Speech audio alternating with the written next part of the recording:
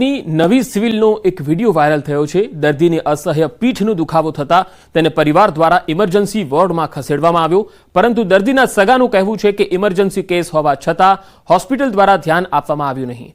એક તરફ દર્દી સારવાર માટે વલખા મારે છે, બીજી તરફ ડોક્ટર હાજર પણ ન હતા અને જે ડોક્ટર હાજર હતા તે આરામ ફરમાવી રહ્યા હતા। આ સ્થિતિ છે। હોસ્પિટલ સ્ટાફના અન્ય લોકો પણ દરકાર ન લેતા હોવાનો દર્દીના સગા દ્વારા આરોપ લગાવાયો। દર્દીના સગાએ વિડીયો બનાવ્યો તો સ્ટાફ દ્વારા વિડીયો ડિલીટ કરવા માટે દબાણ કરાયું હોવાનો પણ આરોપ લગાવ્યો।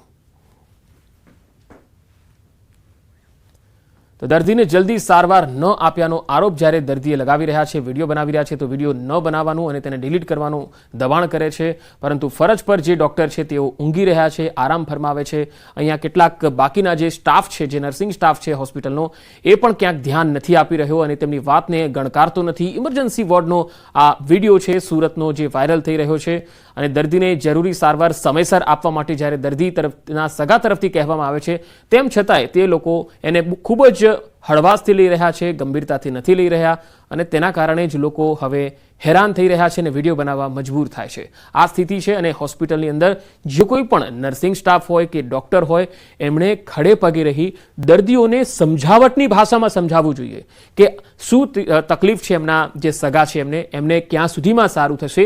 થોડું વ્યવસ્થિત કન્સલ્ટિંગ માગે છે દર્દીના સગા, આ સિવાય બીજું કશું નથી કરતા, પરંતુ ડોક્ટર જ્યારે, નર્સિંગ સ્ટાફ જ્યારે એમને સાંભળતો નથી ત્યારે આ સ્થિતિ આવે છે।